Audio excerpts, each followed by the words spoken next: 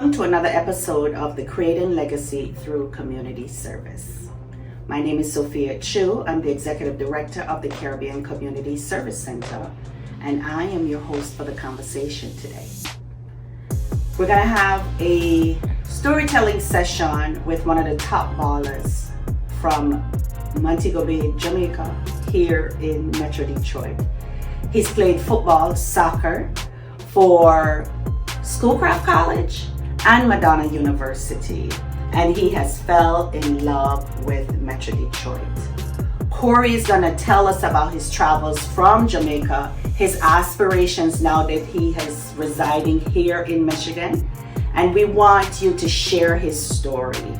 Make sure you subscribe to our channel, like and comment, and tell everybody about us as we create legacy through community service. Good evening, everybody. I hope all is well. My name is sophia.l.chue, and I am the Executive Director of the Caribbean Community Service Center. And we're here to have a great conversation with a newer friend of mine around the Creating Legacy Through Community Service platform. So I'm going to ask him a few questions and a few more questions, and then we'll just roll it out and see how it goes, right? You ready? Okay, sounds good. All right. So tell our audience your name and your place of birth. All right, so my name is Corey Matthews. I was born in Montego Bay, Jamaica. Which part of Montego Bay? Cornwall Courts. Cornwall Courts, is that close to Cornwall College? Why name Cornwall No, Courts? that's not close. It's not far though, but it's not close but it's not far from Cornwall College though. It's like around 10 minutes driving. No, 10 minutes Jamaica can be... Can be go around the Aki tree and walk with the goat them there and them things yeah, there. but it's not far. Did you go to Cornwall College? No, I didn't go to Cornwall College. I went to Rushies High School. That's in Hanover, Lucy. So what was the bus trip like getting from home to school every day?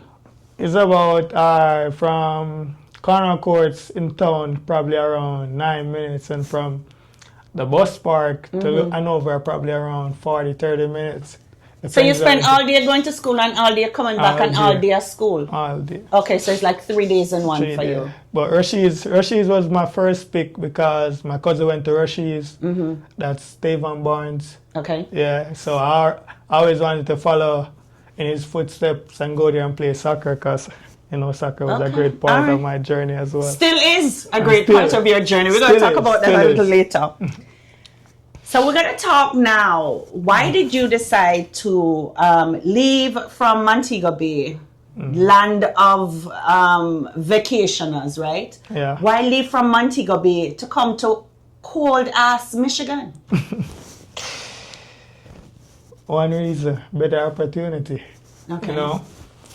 So I came here, I visited here in 2021, right? And during my travel, I got stopped at the airport just because I was bringing up a lot of stuff. So I was coming on vacation, so they were asking a lot of questions, how long you gonna stay?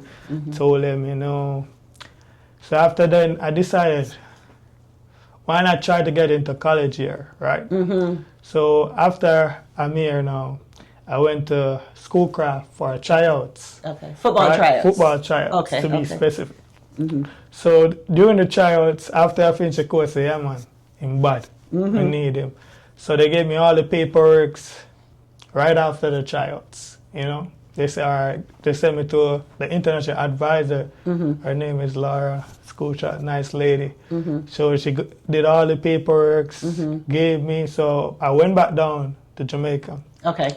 After I went down to Jamaica, I went straight to the embassy, get it done. Student visa. Student visa. Nice. Straight back right here. So it was just a good opportunity and I make use of it. So I got a question though. So there's other cities that have more Caribbean people, Jamaican people in particular. Why Michigan? Is it family that holds you here? Is it the connections that you have here? What's the... Oh, the real reason is family and the connection. Okay. My uncle, Seba, he played for Schoolcraft previously. Nice. My cousin, Trayvon, he played for Schoolcraft as well. So they had a connection between them and my family. Okay. So they had a good bond, good connection, good relationship with the school. So I decided I wanted to do this it. You know, it was much easier to get into schoolcraft than I didn't know no one in New York. Right. So if I'm coming here in Michigan, at least I know I can stay with my family. Right. You know, I don't have to worry about and they know the ropes too for the school thing. Okay, that's good. So I know you have graduated from Schoolcraft. And you are at Madonna University, or did you finish up there already? I'm not finished as yet. I need 6 more credits, to get my bachelor. But okay. Soccer-wise, I'm finished though. How come? Because they only give you 4 years in college soccer. Okay. You know, I did 2 at Schoolcraft and 2 at Madonna. Okay. Yeah, so I never knew that. I think Sona could have played ball forever. No, they only gave you 4 years. All right. If I was supposed to ask one of your teammates from either Schoolcraft or Madonna about you, what do you think would be the first thing that they said? They're gonna say the Jamaican. Yeah, he's full of energy, full of vibes. You know, he keep the team positive. Nice. I think that's one of the first thing they would say. Nice. I also know that you play organized football, soccer, with the Cavaliers currently, right? Yes. Tell me a little bit about that experience.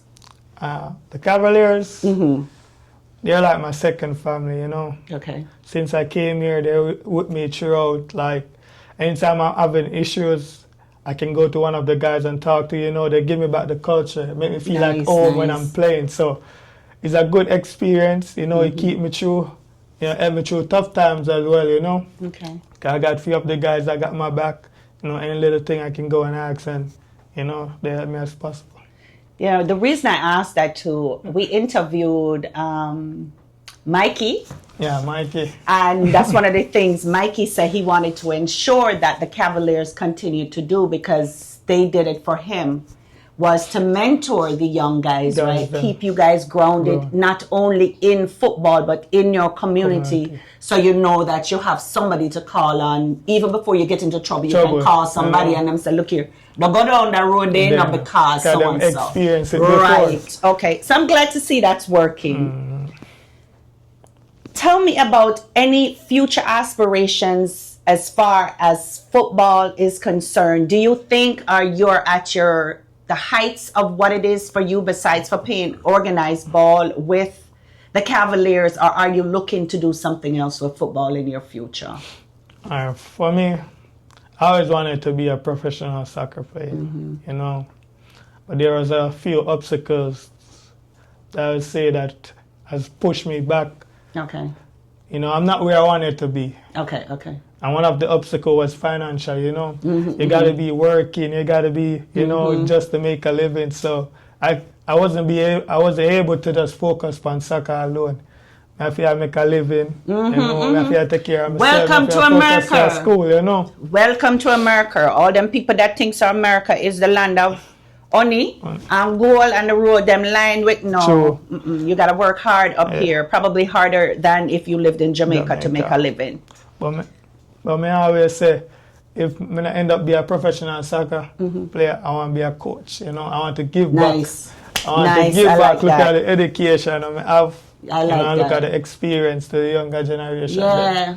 So, even work for one of the colleges as a soccer. As a soccer coach. I like that for you. Tell me a little bit about your cultural exposure to the Caribbean people here in Metro Detroit. I know you're from Jamaica. You have Jamaican families here. But how do you find the culture? How much were you exposed to the culture outside of just your family, right, in Metro Detroit? Tell me a little bit about that. I think there's always room for improvement, you know. I think the culture, for a small culture, because we got a small portion of Jamaican here in Michigan, you know. The togetherness is not there as it should be. You know, because if you watch like the other race, like the Arabic, the Indians, the Mexicans, they all come together more. I think that's what our culture missing here in the cohesiveness. Got it. So how much involvement do you have with the Caribbean community? Because I know there was a a back to school fundraiser. Yeah. That happened last weekend. Were you a part of that? I wasn't a part of it, but I show my support. Okay. You know, I always show my support. I always try to be a part of it, help out where I can, you know. Okay. But I wasn't a part of the back. The packet. Okay, Yeah, the planning itself. Okay. Yeah. And I know the Cavaliers also had a fundraiser this past Saturday. How did that go? It didn't went bad, but it could have went better, you know. I think The weather sucked. I think the weather have a play the cold. A lot of people are afraid of the cold. Yeah. You're not afraid of the cold? I'm afraid of the cold. Okay, can you talk about a lot of people like you? I'm afraid of the cold, man. Okay. I think, yeah, so, but overall, the food was sell off, you know. Nice. That's the good thing. But I think it could have went better if more people come up. But as I said, the cold, maybe a lot of people, you know, Jamaican afraid of the cold already. Can you think of another cultural event that you have gone to that you enjoyed? Let's see, another cultural event. Let me see. Like any of the organizations have put on, whether it's carnival or any banquet dinner or anything like that? Yeah, I went to a few. I remember even your event with the, I think it was like, that provides scholarship for the students. You were talking about fundraising. Oh, yeah. The one we did with the African Bureau of Immigration and Social Affairs. Yeah. Those events I enjoy, you know, 'cause I love to see other children, other international students getting support, you know. And those things bring joy to me as well. So I think that was one of it. All right. So now, Mrs. Say you're a young youth now, and you look like you can party a little bit.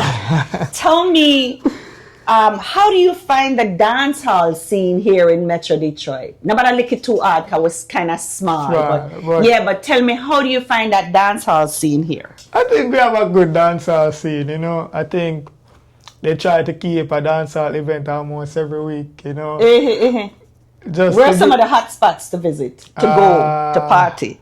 You have Cola Lounge, you have Club Caribbean, you know, you can...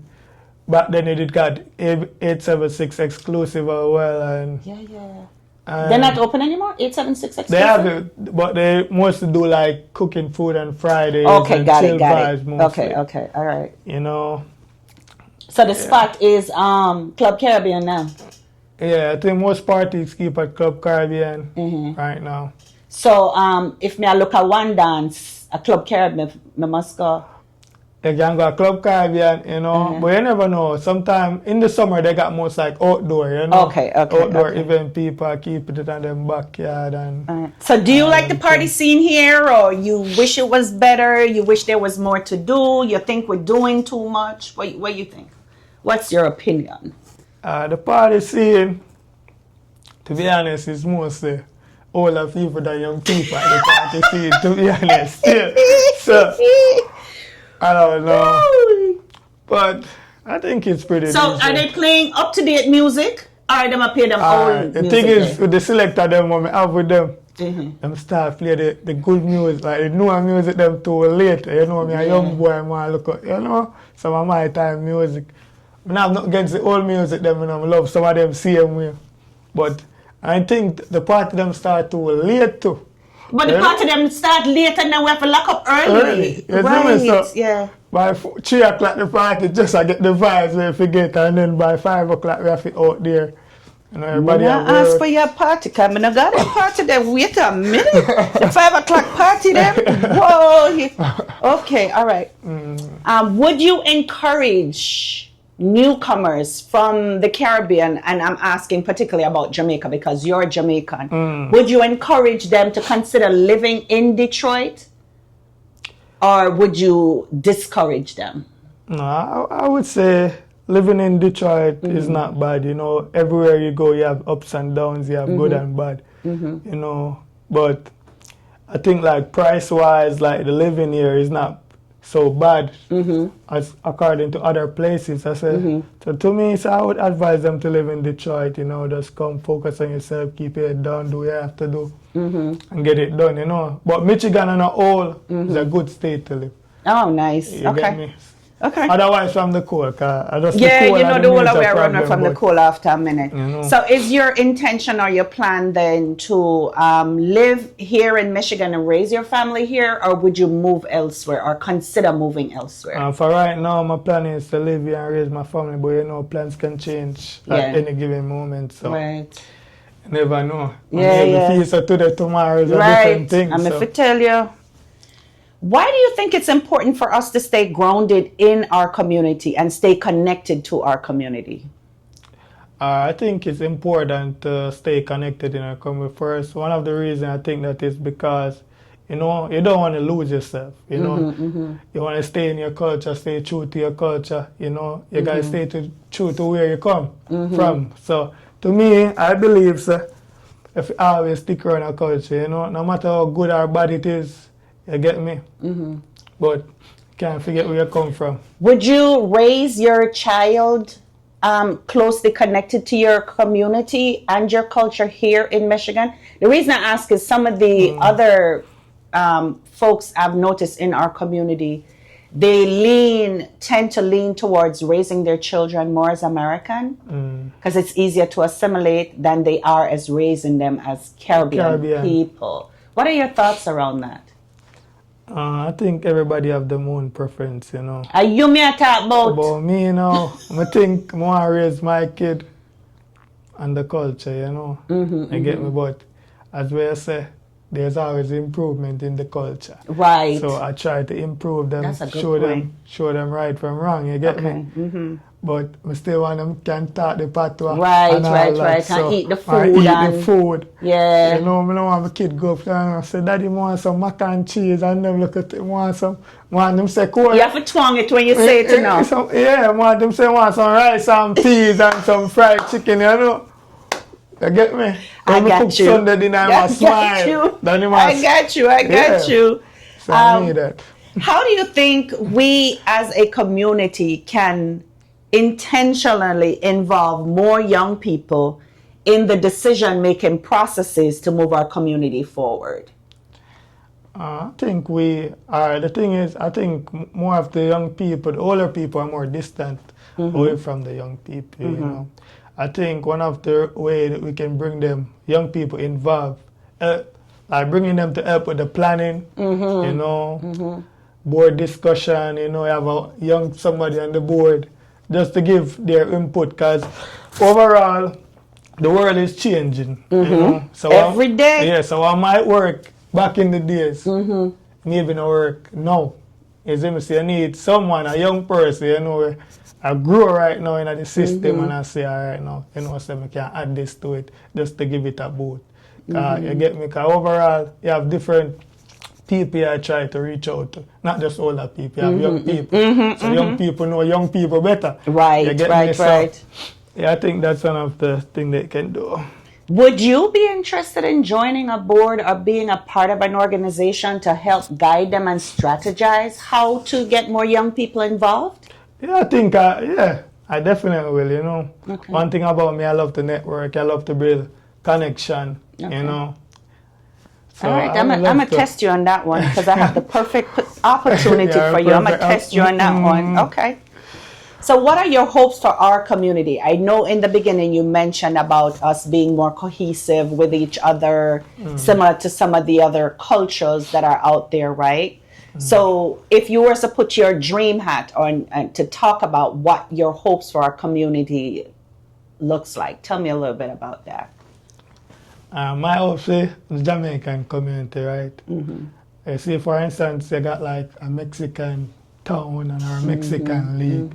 We want a Jamaican, we can say we have a Jamaican league or we have a Caribbean league, or we have a Caribbean town. Yeah, that's my hopes. I just want more togetherness. I don't know. I think the ego in Jamaicans are too big. I think that's one of we have too much ego. We mean in the men's or the men's and the women's? Both. Rotted what? No, sir. Everybody have too much ego. Call them out. For real. Yeah. No. I understand what you're saying. Nobody want to be a bigger person and say, you know, it's all right. I'm sorry for this. Right. Everybody just a tough up them face. And yeah. You know? And nobody going nowhere. Nobody not going nowhere. Everybody here and try make it out. Right. You see me? So we have proof of the wrong set of people. Them. We have proof of one and we're not accomplished now. Yeah. Wow. That's a good way to put it. So what are your final words now that we've had this little bit of conversation, talked a little bit about what your hopes are for us as a community and yourself as a young man here in Michigan? Just share us some final words with us. My final word is, no matter how life hit you down, I always find a way to get back up. You know, never stop trying, never give up. You know. And maybe I go through this, but trust me, somebody out there go through worse. So you have to give thanks for what you have. That are my final words. I like that. Give thanks for what you have. Well, Mr. Matthews, thank you so much for your time. I appreciate it. I appreciate the conversation. I'm going to circle back to you about getting you on one of these boards or one of these planning committees for some stuff that the Caribbean Community Service Center has going on. I know that we have worked together in the past. And you know we continue to support you on what you grow. I love that. Thank you very much, you know. All right. So without further ado, peace. Guidance.